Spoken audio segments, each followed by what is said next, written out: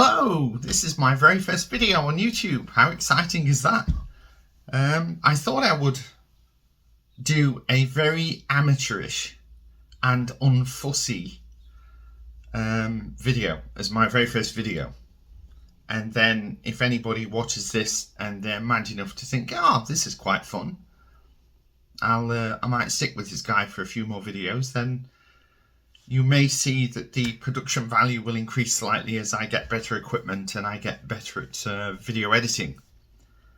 I've got a kind of cursory knowledge of editing videos, but I certainly won't be doing any fancy effects like cutting out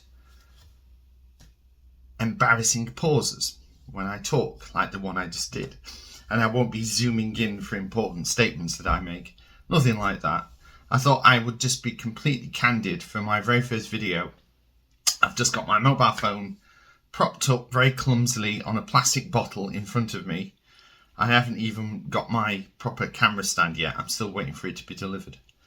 And I thought, yes, let's start really crap and basic as my very first video. And then if people are actually crazy enough to watch this and enjoy listening to me, then I'll start buying better equipment and we'll take it from there. And you'll be able to watch the professionalism of both me talking and my equipment getting better. You know, you can come along for the ride. I think I've got a staggering 4 subscribers as of recording this video. And, you know, I'm not a vain man. I'm happy with that. I think my aim at the minute is to get to 10.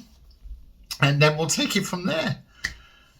What encouraged me to start doing this is the question that I'm going to ask myself, seeing as there's nobody around to do it for me.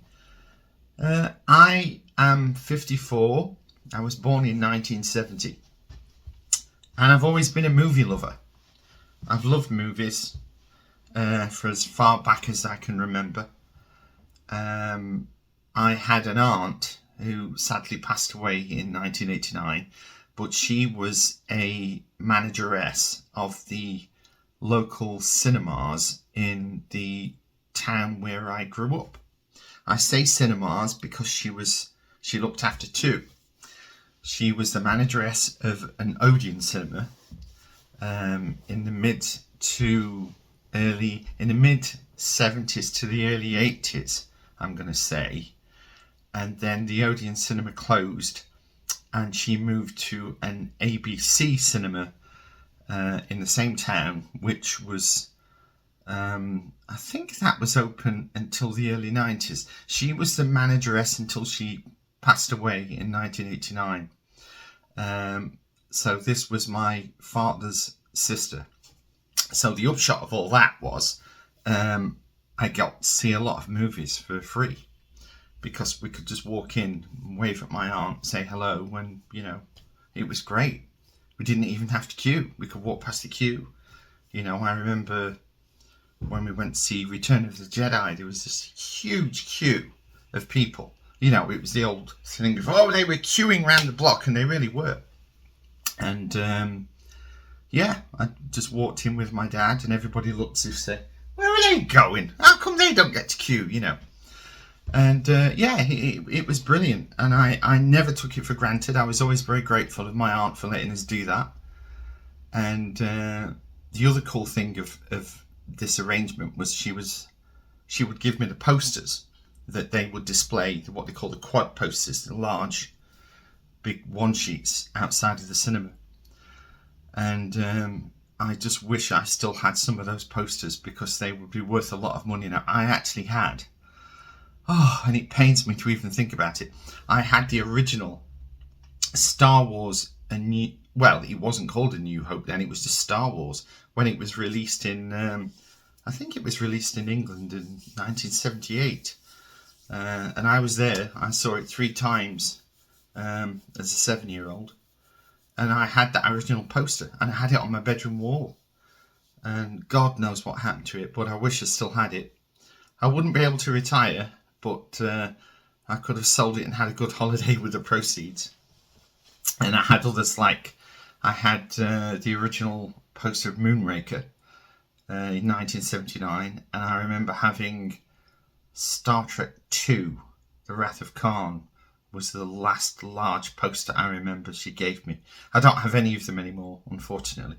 I wish I did, but yeah, I think it was that and the advent of home video in the late 70s, early 80s that just fed my desire of film, and I've just loved it ever since.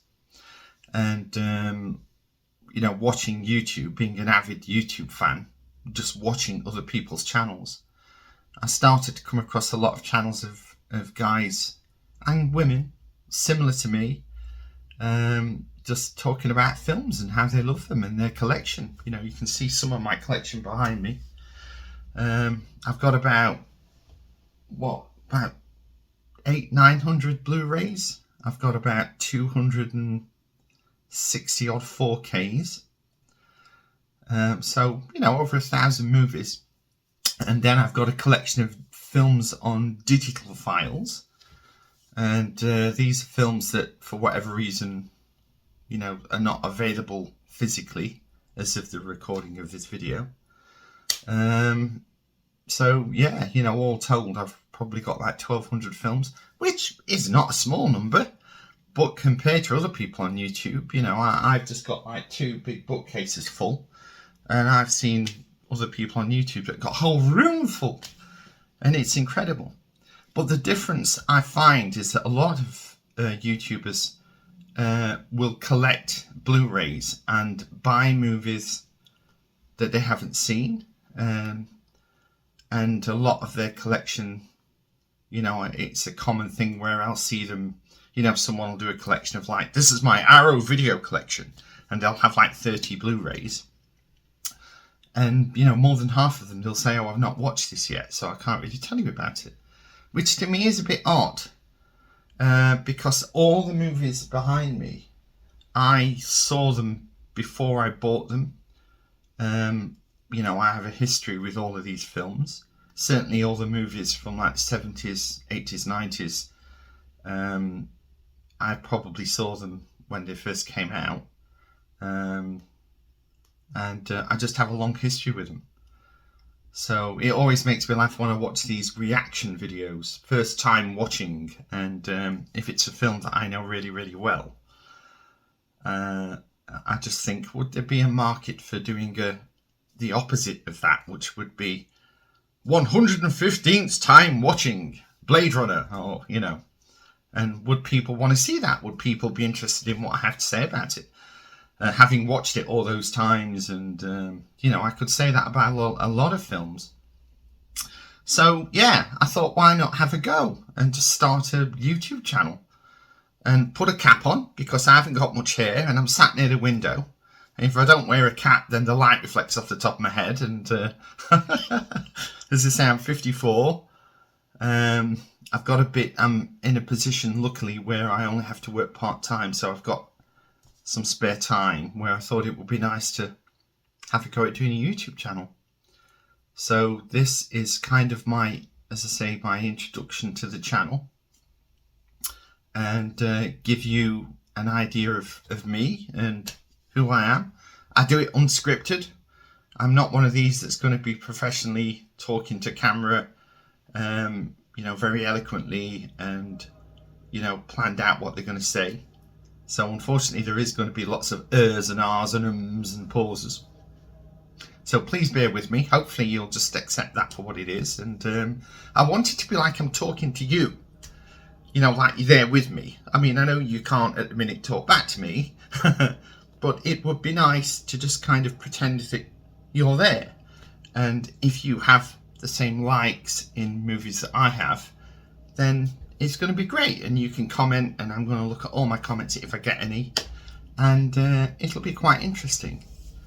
And hopefully there will be enough people out there, that will take interest in the videos that I'll be doing, and I'll see the channel grow. I mean, what kind of videos will I be doing? Well, I plan on doing kind of, I guess you'd call it retrospectives, and doing videos about individual movies that I've always loved and have watched a lot and know quite a bit about. I was thinking I would do kind of watch with me videos.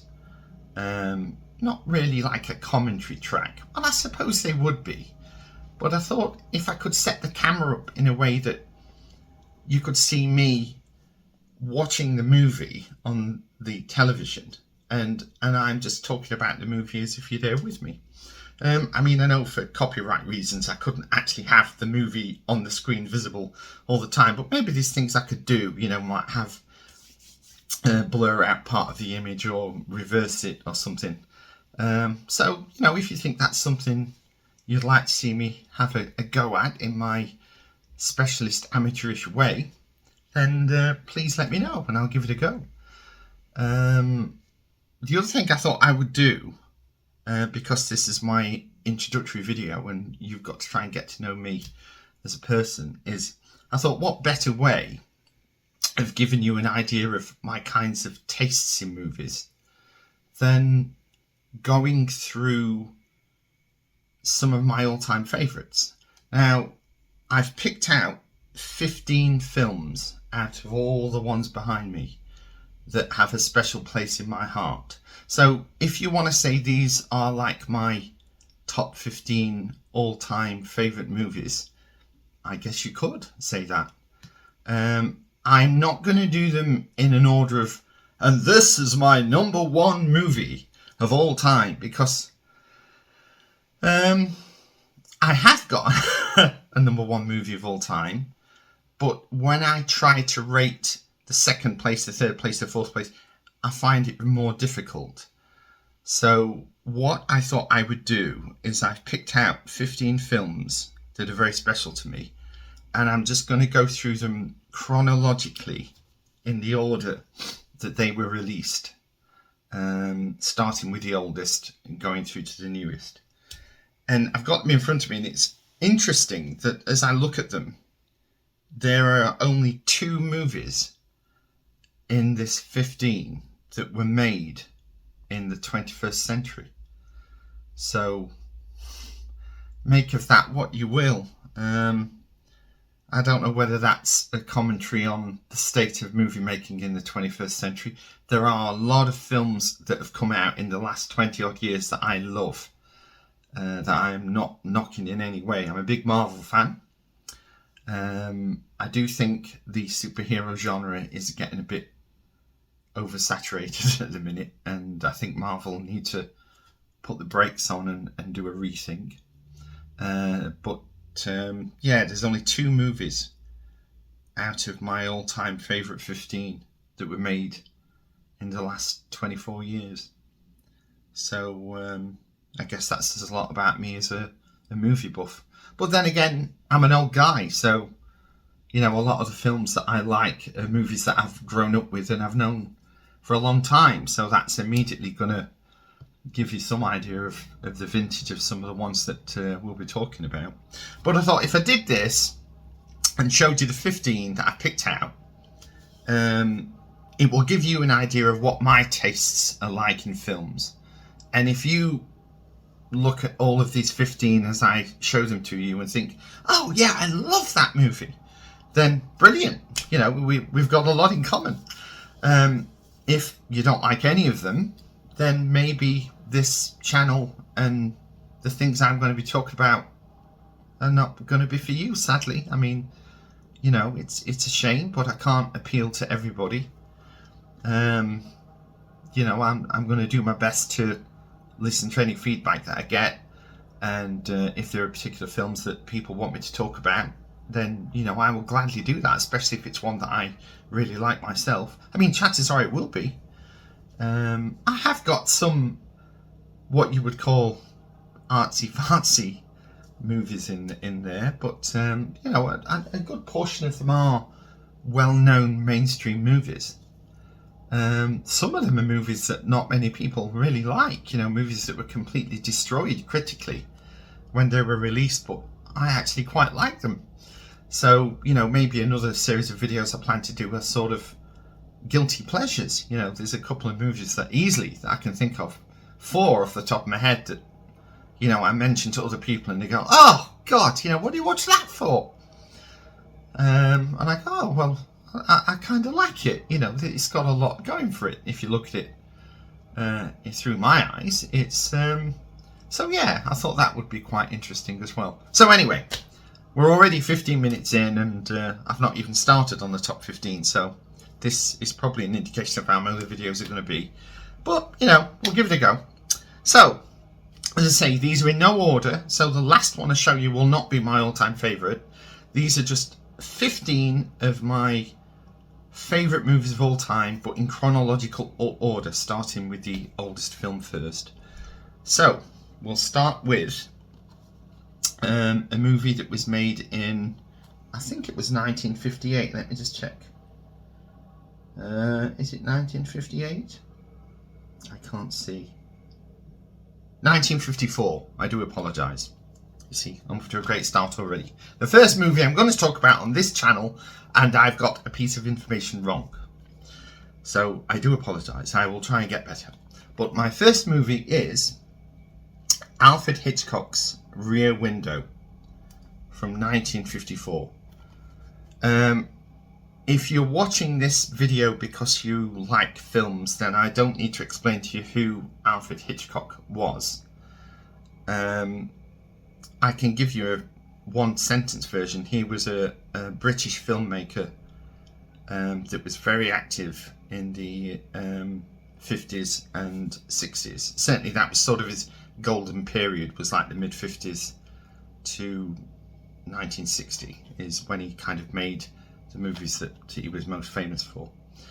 And this is a movie with James Stewart and Grace Kelly. And as you can see from the cover, he plays I think he's a war photographer. And the premise of the film, no spoilers on this video at all, is he has broken his leg and he's got a leg in a cast. So he's having to sort of be housebound, and he lives in like a 5th floor apartment in New York. And he kind of whiles away his time by looking out of the window and just being a nosy neighbour. And he looks out on a courtyard with other apartment blocks on the other 3 sides of this courtyard, and he starts to watch, you know, various windows of different apartments. And the way Hitchcock will introduce characters just through their visually, just through what we see them doing. You know, one of them is a young lady that's always exercising. Another one is a guy that's a musician. There's a woman that's always having parties. There's a bickering couple. There's another couple that are like newlyweds that most of the time have their curtains closed because they're busy doing newlywed things.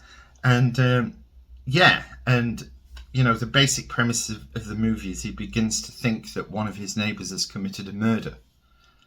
And he tries to piece together the mystery through what he can see through his apartment window, and it's just superbly done. I mean, any film buff will tell you that Hitchcock was ahead of his time, and he was a master of visual storytelling and of suspense. And if you are new to Alfred Hitchcock and you want a movie to kind of show you what he can do when he's firing on all thrusters, then please somehow watch Rear Window. So that is my first movie of my all-time favourite top 15. The next one is from 1962, and it hasn't actually got any text. I've got the Steelbook, and it's just a nice picture. But it is David Lean's Lawrence of Arabia. I first saw this movie back in the very early 90s, and I think they did a full restoration of it in 1988. I want to say Steven Spielberg, I think, was involved, because the original film elements were starting to degrade, and they wanted to do a restoration of all the film, and there were certain scenes, I think, that were cut from the original theatrical release that they wanted to put back in, and they got some of the actors back to record new dialogue, you know, to fit onto those scenes. And I think since then, I think it was in 2011. Again, I'm guessing, and I'm probably going to be wrong, but they did a 4K restoration of the film. And then, with only a few years ago, they released this, the 4K version of Lawrence of Arabia. And it is simply stunning. I mean, there's a film, it's one of those movies, I'd say there's very few films that are like this, and this is definitely one of them, where you can watch it and it would be very difficult to say anything bad about it. You know, I mean, the other few films that come to mind that are like that are the very first Back to the Future. Jaws is one. Where, you know, they're just perfect. For what they set out to do, they are perfect. They're very tight with the script. The casting was impeccable. The direction's impeccable. This is one of those movies. And it's a long film. It's like 3 hours and 40 minutes. But please don't let that put you off. It's a beautiful, beautiful looking film. I think the cinematographer was a chap called Freddie Young. And I think Freddie Young did most of David Lean's movies. And I think other than this, Dr. Zhivago, I think the other film that Freddie Young did as a cinematographer was You Only Live Twice, which was the James Bond one. You know, if you remember it, with Donald Pleasance as Blofeld with a scar on his eye in the volcano. As a Bond movie, and I'm a big Bond fan, so that will come up a lot on my channel, but that is a very good-looking Bond movie, and that's because of Freddie Young. And believe me, he was at the top of his game when they made Lawrence of Arabia. It's just a beautiful film. Peter O'Toole is just absolutely fantastic. What a good-looking guy he was, bless him, when he was younger. And it's a long movie, but it's a movie that gives time to the characters and allows them to breathe. And it's not boring. It's just gripping. You know, you get movies like that are very long, but by the time it's over, you think, gosh, that felt like 2 hours, and it's just been on all that time. So yeah, fantastic. That is number 14 in fact, I'll go the other way. I'll say this is my second, because I'm probably going to lose track of what the numbering. Oh, I might not even do that. I'll just keep going. Okay, the next one is from 1968, and this is a director that will show up again in this list, and it is Stanley Kubrick's 2001 A Space Odyssey. I'm a big science fiction fan. That's one thing you'll quickly learn about me. Science fiction and action movies are probably my two favourite genres in cinema. And I first saw this on BBC Two in the 1980s. And I don't even think the broadcast that I saw was even in widescreen. I think it was just 4:3 pan and scan, which, for people that don't know, obviously, you know, widescreen movies, there's a 2:3:5:1 aspect ratio that has like big black borders in the top and the bottom. So what they used to do back in the old square television days is they would zoom in to the image and just turn it into a square. So you would lose information on the left and the right. And in order to account for, you know, if you had a shot where somebody was at this side of the frame and somebody was at this side of the frame, they would have to manually move the zoom. So they introduced like an artificial camera movement, which as a kid, you don't really think about that. As I got older and I started to learn about widescreen, this is before widescreen televisions came into their own in the 90s. I used to hate it when I'd see the pan and scan movement. And then when widescreen did come into play and the advent of DVDs right at the end of the 20th century, it was just, as a movie lover, it was like, oh, thank God, I can watch all of these films and see everything and not lose any information from the sides. So yeah, that was the first time, I'm babbling, I saw 2001 A Space Odyssey. It was in the, I want to say mid-80s. I felt like I was like 15, 16 when I first saw it. I didn't understand it. probably still don't, but I absolutely love it. Again, I can see that a lot of people would think this is a very boring film. Stanley Kubrick is a very highly acclaimed director in the movie industry, always has been. He's one of these that made very few films. I think between his next to last and his last film, it was like a 12-year gap, I think it was, between Full Metal Jacket and Eyes Wide Shut. So he wasn't as prolific as he wanted to be. And he took a long time to make films. He was very fastidious and do 127 takes of somebody walking through a door.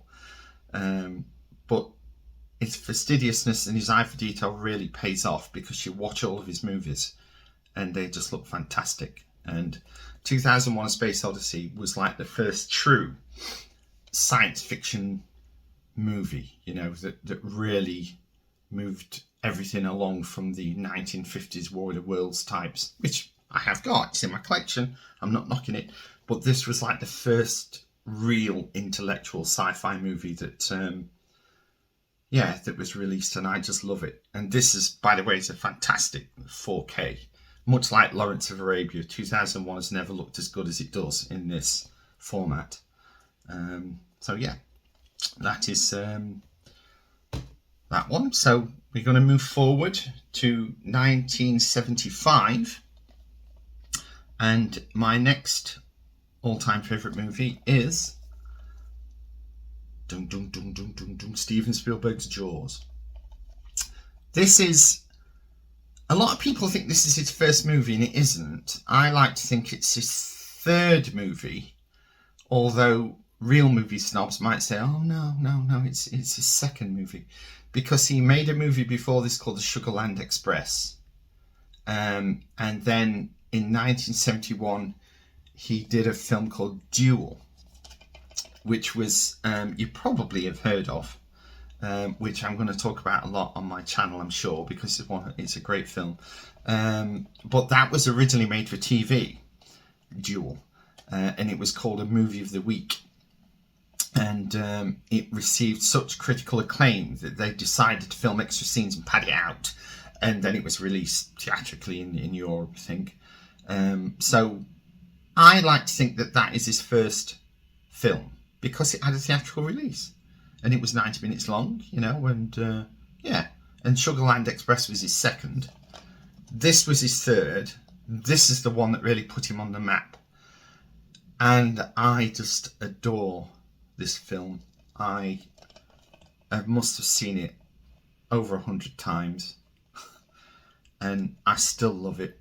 It's very strange that a movie called Jaws, which is essentially kind of a horror action film, just gives me a warm fuzzy glow. There's something about watching it where you're with these characters, Roy Scheider, Richard Dreyfuss and Robert Shaw, the three main guys. It's like being with old friends watching it in my 50s, because the first time I saw this again would have been, well, back in the day, they wouldn't show films on terrestrial British television until 5 years after their theatrical release. So I'm going to say that it was 1980 when I first saw Jaws. I was aware of it as a film before then, because I was aware of that famous image. At the time you'd see that everywhere on T-shirts and things. But yeah, and I think I saw it in 1980. And then I guess a few years after that, it would have been shown on television again. And we got our first video recorder as a family in 1981. Sorry if I keep looking away from the camera, by the way. I'm looking out the window because it's just helping me think. But yeah, 1981, my dad got a Betamax video recorder. And for those that are old enough to remember, in the early days of VHS, there were competing formats. And Betamax and VHS were like the two competing types. It was like, again, for people that live in England, they'll remember the ZX Spectrum versus Commodore 64 days of the 80s.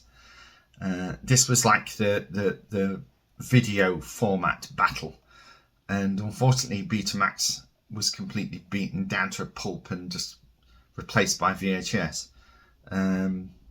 Not for the better, I'd say. I always thought, having used both the formats, I always thought Betamax were better quality and they had a better quality picture to them. And the cassettes were smaller.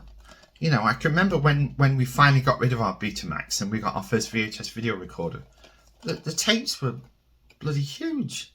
You know, I can remember like getting one out of the box and thinking, oh my God, you know, it felt like it was twice the size. But that didn't mean twice the quality, unfortunately. And I remember we made the change because we had a local video shop in the town where we lived. And you'd go in and there'd be like 3 walls of VHS movies. And it's like, brilliant choice. And you think, oh, great, you know, what should we pick? And then you'd go through a little door to the Betamax section and it was like an afterthought. You know, it was like 4 shelves. And you think, hang on, is this all we've got for Betamax? You know, but yeah, I know I should be talking about Jaws, but while I'm on the subject of this, I can actually remember the first 2 movies we ever rented. So you have to think, this was 1981, so depending what part of the year it was, I was either 10 or 11. And I can remember going to the video shop with my dad. And he said, well, we'll rent 2 movies. We'll have a treat because it's a new thing. And I picked, well, I tell you what my dad picked first. He picked Convoy, which I've actually got on the shelf. It's in there somewhere, with Chris Christopherson, which I believe was 1977, I want to say. And then amazingly, this goes to show how liberal thinking my parents were, but I wanted to see zombie flesh eaters. God. And my dad let me get it. You know, I like picked it off the shelf, and you know, you could say, what effect did that have on me watching a film like Zombie Flesh Eaters as a 10, 11-year-old? Did it turn me into a psychopathic killer? No, as far as I know, I'm okay. You know, I suppose some people call me a bit eccentric, but yeah, it's fine. So yeah, I remember watching it, you know, through a bit of fingers and trying to whoop the eye stabbing scene. If people that know that movie will know what I'm talking about. Yeah, so that was our introduction to home video. I mean, the thing that people forget is what a fantastic invention that was. And just being able to record something off the television and then watch it back as many times as you wanted. You know, it was just incredible. You know, I can remember we were just amazed by it. And then obviously when a film came up, because this is way before you could buy films, the only way you could keep a movie was to record it off the television. And I can remember when Star Wars, the first Star Wars was first broadcast on ITV. And I think it was 1983, I want to say. And my dad brought me a Scotch tape, a blank tape specifically to record Star Wars on, which I did. And I then ended up watching it every weekend for like the next 2 or 3 years. You know, so I must have watched it at least a couple of 100 times over the following few years. And I've never been able to do that without video. So yeah, so Jaws. I'm not going to talk about it because everybody must have seen it by now. If you haven't, then stop this video now and go and watch it. And then you can pop back and I won't be angry. It's fine. Yeah, so that's that one. So the next one, going forward a few years, is, and I've already talked about it, Star Wars. This is my favourite Star Wars movie, which I know a lot of people will immediately go, oh, bloody hell, what about Empire Strikes Back? And I do like Empire Strikes Back. I do like Return of the Jedi. What about the prequels? I've got them all. I've got all the Star Wars movies on the shelf. I wasn't crazy about the prequels, but now I've watched the newest Skywalker trilogy. I will say that the prequels have gone up in my estimation because I think the last 3, the Force Awakens, The Last Jedi, and Rise of Skywalker, were okay, Force Awakens I was quite excited about. The Last Jedi was sort of, what was all that about? They could have may as well just not bothered because it didn't seem to move anything forward plot-wise. So yeah, I'm not a huge fan of the new Star Wars films. I think my favourite was Rogue One. That's the only one I kind of can re-watch and sort of enjoy. But I said something on a forum once that I thought this is going to cause a lot of controversy. But I said, if you ask me, if somebody was completely new to Star Wars and they said, which one should I watch? I would say, look at the cast list. If Alec Guinness is in it, yes, watch it. If he isn't, don't bother. And that's it. That's my kind of litmus test for Star Wars. Just stick to the original trilogy, basically. So Star Wars. So the next one, same year. Again, a director showing up again. Steven Spielberg's Close Encounters of the Third Kind. I saw this at the cinema twice. I saw it on its original theatrical release back in 1977. And then they did a special edition release. And I might be wrong, but I want to say 1980. Where they had added in a few bits of footage. There was a big outcry in the original release that it ended with, spoilers, with Richard Dreyfuss's character walking into the flying saucer. And then, he buggered off, basically. And a lot of people went, we want to see inside the flying saucer. And there was a few scenes in Close Encounters that Steven Spielberg was never really happy with. So he made a deal with the studio and said, well, look, I'll add in a sequence where you'll get to see the interior of the mothership at the end if you'll let me go back and correct these other bits, which they did. And when he did that, they released it again like 3 years later. So yeah, I saw this at the cinema twice back in the day, and my memory of it is still very strong.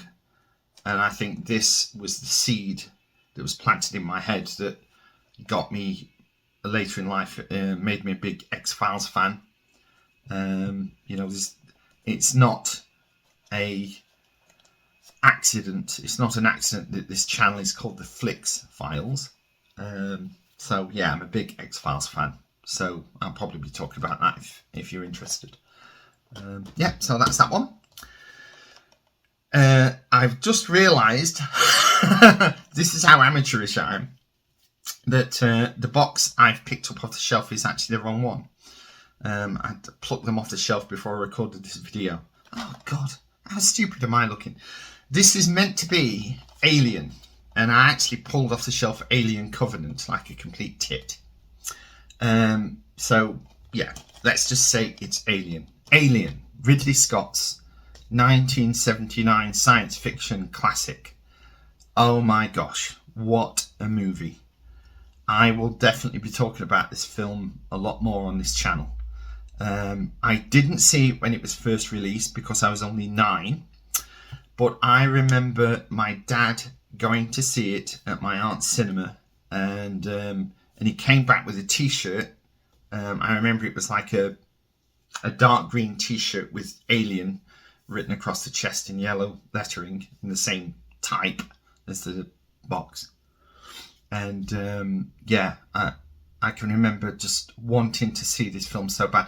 I mean, it's very weird that even back in the day, before the internet, and when it was a damn sight harder to find information about anything, you just had to go to a library, I first became aware of Alien in the playground of primary school back in like early 1979.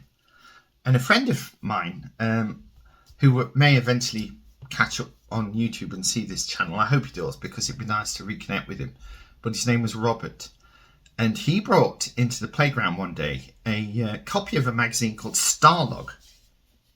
I can remember it so well, and in there was an article about the making of Alien, and I remember that was my first real visual connection with that film, and it had like photographs of them building some of the sets, and I seem to remember there was I'm sure this article is on the internet. I'm sure this style or somebody scanned it as a magazine and put it up on the internet. But yeah, that was my first connection with it. And then my dad went to see it, and I like kind of tried to get him to tell me about it, and he would only be very, scattershot in the details that he gave me.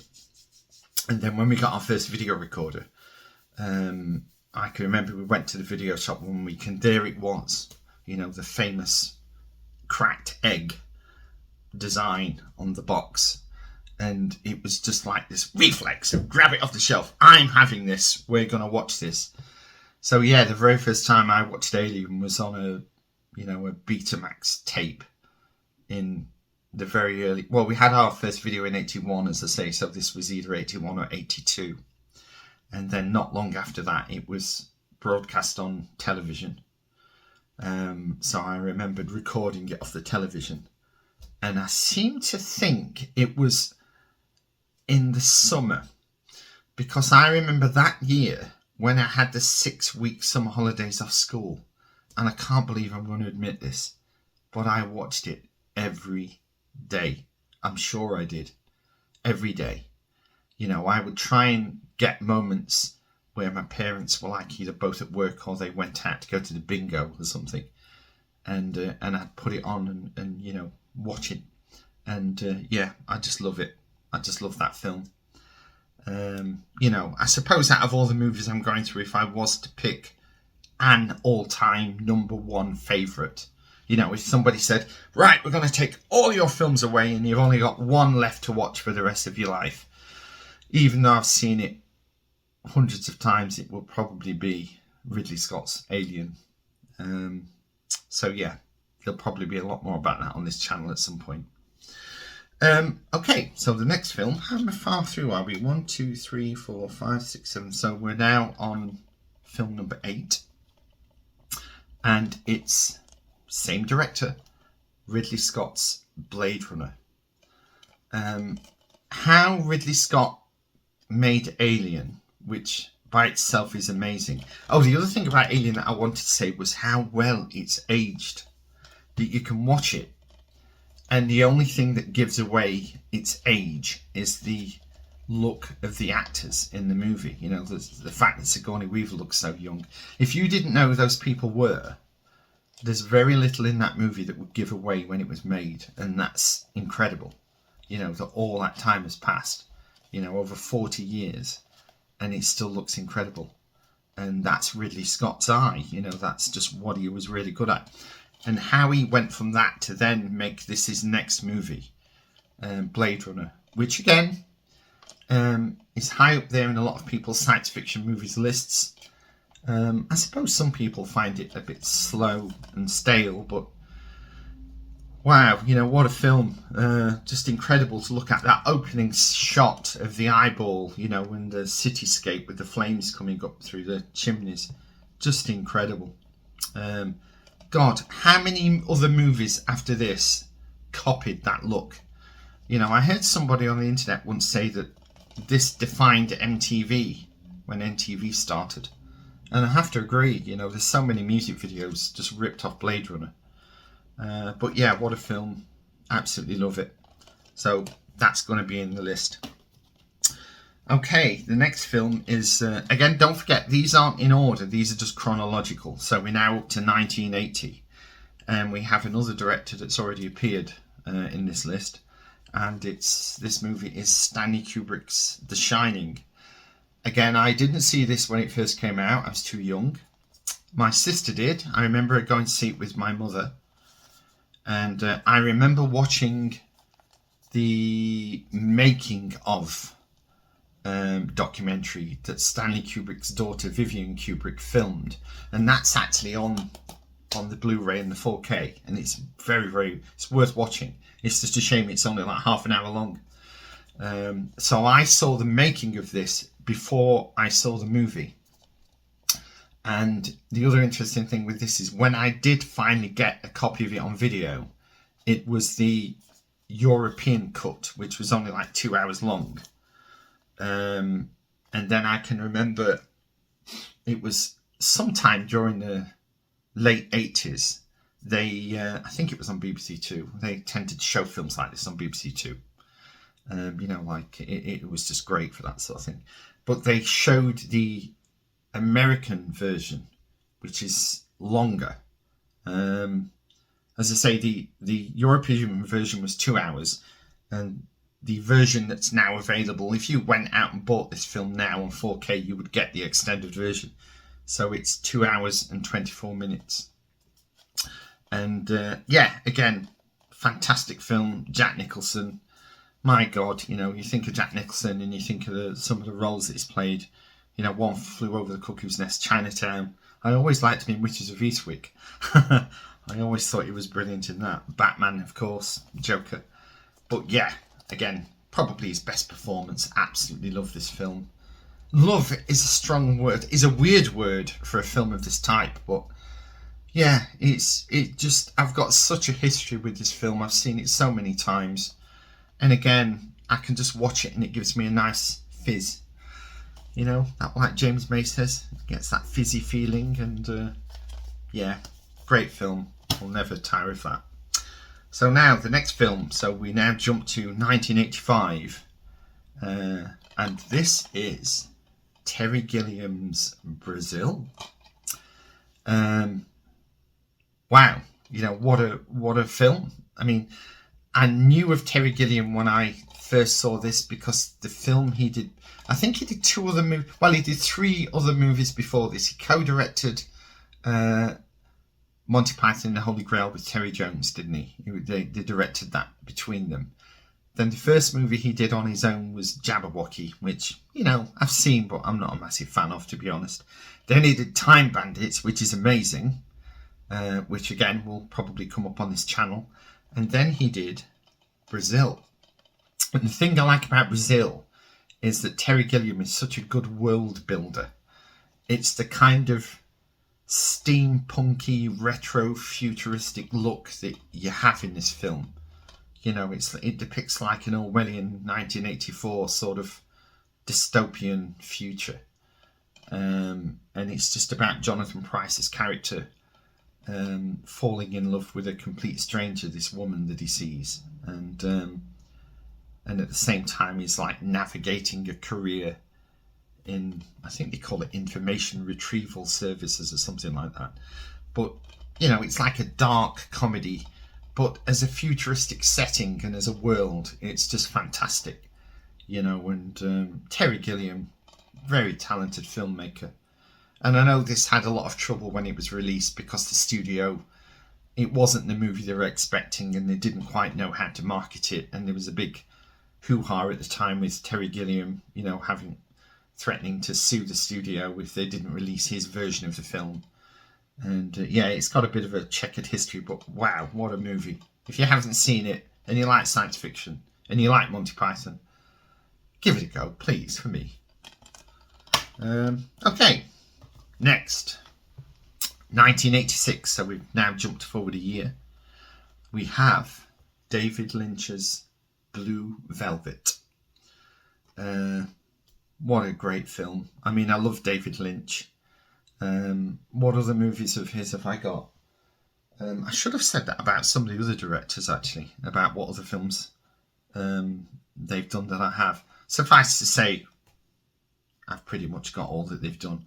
I think I've got all of David Lynch's movies bar Inland Empire. I haven't got that yet. And Lost Highway. I think I've got all of his other movies bar those 2. They're on the list. They're on the list of ones that I mean to get. But yeah, Blue Velvet, Dennis Hopper, Kyle MacLachlan and Laura Dern.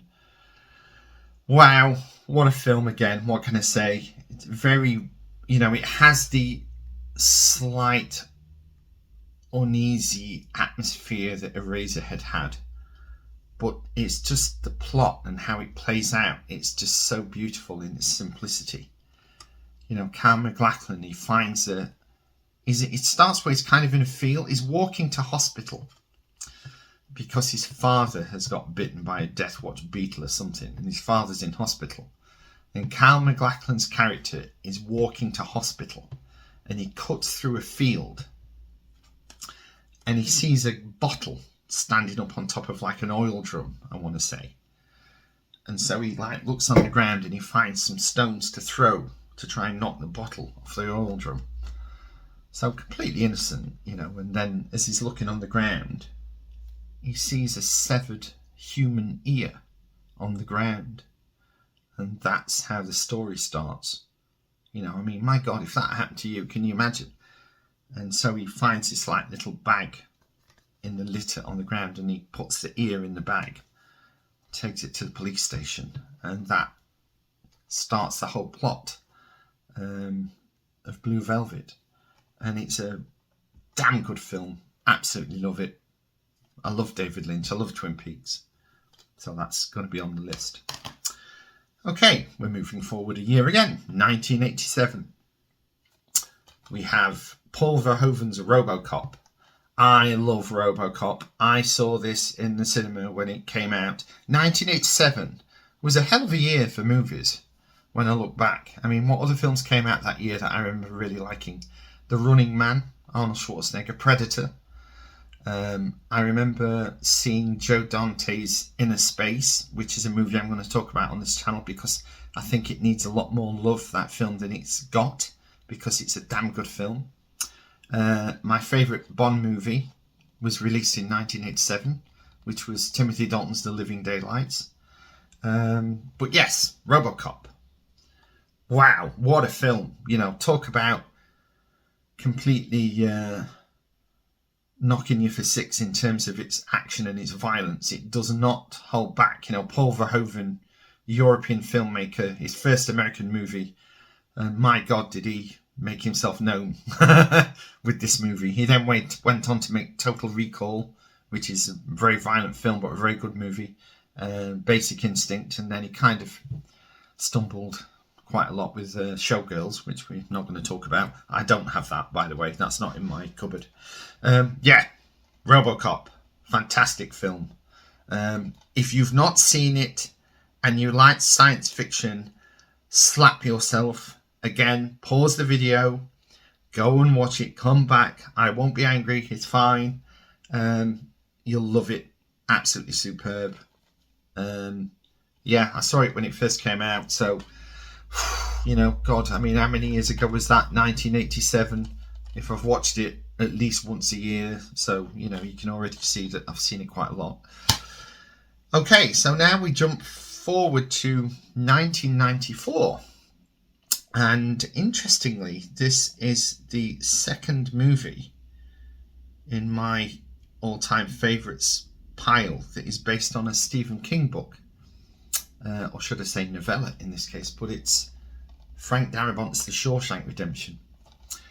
I didn't see this in the cinema, but I remember a guy that I used to work with did. And I remember on a lunch break, we were in the car going to the sandwich shop to buy some sarnies one particular work day, and he was telling me about this Shawshank Redemption, and he said it's a movie about a guy that's wrongly imprisoned for the murder of his wife, and the whole movie plays out where he's in prison. Excuse me. And I thought, well, that doesn't sound very exciting, you know, a prison movie. Oh my God, you know, when I saw it, I just fell in love with it. Morgan Freeman. I mean, if ever there was a better guy to befriend when you're in prison. Just absolutely fantastic. Tim Robbins' portrayal, you know, is just heartbreaking. I'm not going to spoil the ending. If you haven't seen this and you are going to watch it, suffice to say, the ending chokes me up. I'm not one that cries when I watch movies, but I get a tightening of the throat and, you know, like a kind of feeling. And there's very few movies that do that. The one that I always think of, that every time I watch it, the ending just floors me, is Silent Running. If anyone out there knows of the movie Silent Running, Douglas Trumbull's movie, with Bruce Dern and the robots Huey and Dewey. And the last shot, I'm not going to say what it is, but if you know the movie, you'll know what I'm talking about. The last shot of the movie is just so beautiful and so heartbreaking that every time I watch it, I think, oh my God, I'm going to well up. Right, let's stop it. So, yeah. So, yeah, Shawshank Redemption. Now, the next movie, we jump forward 11 years. And we have Mad Max Fury Road, George Miller. Now, George Miller is obviously the director of all the Mad Max movies. He did the original trilogy, with the last one being Mad Max Thunderdome, which was 1985. So it was 95, 2000. So it was 30 years later that he finally came back with Mad Max Fury Road. And my God, did he knock it out of the park. You know, at that point, he was, in his late 60s, I want to say. And he just showed all of the filmmakers out there how you do it with this film. You know, as an action movie, it's textbook. It's just fantastic. It's non-stop. The look of it. I remember him saying that he got a bit fed up with dystopian futuristic films having a kind of washed out look. And he didn't want that with this Mad Max. And he deliberately increased the saturation and made everything really colourful. But it really adds to it. Obviously, there's a new movie that's just come out as of me recording this video, Furiosa, which I have seen and is fantastic. It's as good as this, but again, I've only seen Furiosa once. Maybe the more I watch it, you know, it will start to be as good as this in my mind, but it's a very close second to this. In fact, I like this so much that I've actually got it twice because I've got the 3D version as well. In the room that I'm sitting in, there's the 4K TV and I've got a 3D TV off to the side there that I don't use very often, but it's fun when I do. So yeah, Mad Max Fury Road, fantastic. And the last movie, which is the newest movie in my all-time greats, 15 all-time greats, is from 2019, and it's actually a sequel to a movie that I've already talked about, and it's Mike Flanagan's Doctor Sleep. Again, when I first saw this, I was when I heard that Stephen King was writing a sequel to The Shining, and it was about a middle-aged Danny, who was the boy in the original, I can remember thinking, oh God, you know, I don't think that's going to work. And I haven't read the book, but I saw the movie on streaming and just fell in love with it. And then I went to buy the 4K, and the 4K comes with an extended director's cut version on the Blu-ray, which is the version I prefer. So it's interesting that I've got the 4K and I've never actually bloody watched the 4K. Whenever I put it on, I watch the director's cut version, which, to be honest, because it's a modern movie, it looks fantastic on Blu-ray. But oh my God, what a fantastic film. I mean, Ewan McGregor is such a good actor, and there's like performances that really good actors do where they kind of underplay the role and they're a lot more subdued. And Hugh McGregor in this is just, he's just incredible. I mean, and Rebecca Ferguson, who's kind of the baddie of the movie, she's just absolutely fantastic. And then, you know, the Overlook Hotel comes into it at the end, and they recreated the Overlook Hotel sets, and it's just incredible. And there's scenes in this that are genuinely quite hard to watch, that are quite upsetting, you know, but a very, very well-made movie. You know, well done, Mike Flanagan. And yeah, definitely one that I fell in love with. The newest movie in my all-time greats, and I'm sure, you know, if I live to be a ripe old age, I'll watch this a hell of a lot more before I finally go to the big sleep. And there we go. So that is my all-time 15 movies in chronological order. I've got other lists that I've made in preparation for starting this YouTube channel. So I kind of done my top 10 favourite science fiction, top 10 favourite action. I've done a list of kind of guilty pleasures. I've got a list of like underrated gems, you know, movies that I really like that weren't critically well received. As I say, the guilty pleasures are movies that I like that other people think, oh God, no. So they'll be quite fun when I get around to talk about those. So yeah, so as I say, this is my first video and it's a long one. It's probably going to be an hour long by the time I've finished talking. Hopefully you've made it this far. Hopefully you've not been completely bored by, by me just sat here rambling on. I'm not going to do any editing at all. I'm just going to upload this video completely as I've recorded it off my phone. And then, as we go forward, I guess all the videos will have to be of this particular format. And then depending how things start to happen, and if my subscribers start to go up a little bit, even if I can hit 100, then I'll obviously invest in some another camera and some good video editing software, and try and get some nice clips in there, and try and get around YouTube copyright rules as best I can. And then I'm just looking forward to anybody that watches this video. Please, if you like what you've seen and you've enjoyed listening to me ramble on, please let me know in the comments down below. It would mean so much to me. I've got some very nice close friends who, if they do watch this video, hello, you know who you are, and they're great people. And I've always thought it would be nice to have more people around that I could talk to about movies with the same passion that I have. And I thought this would be a quite a nice way to do it, and to interact with people, through comments and things. But if people want to see me talk about particular films, or do videos about particular movies, that's absolutely brilliant, and I'd be more than welcome to take on any suggestions that any of you have. So there we go. This is the Flix Files. This is my new channel. So thank you for listening. And I don't know when I'll do the next video. I'm going to try and do a video every week. I'm going to upload this one today, on the day I've recorded it, which is a Tuesday, the 23rd of July, 2024. As I say, I'm going to try and aim for one video a week. And as I get into a rhythm, I'll stick to a particular day. So if you do want to listen to more of me yapping on, then, it helps if you subscribe. It doesn't cost anything.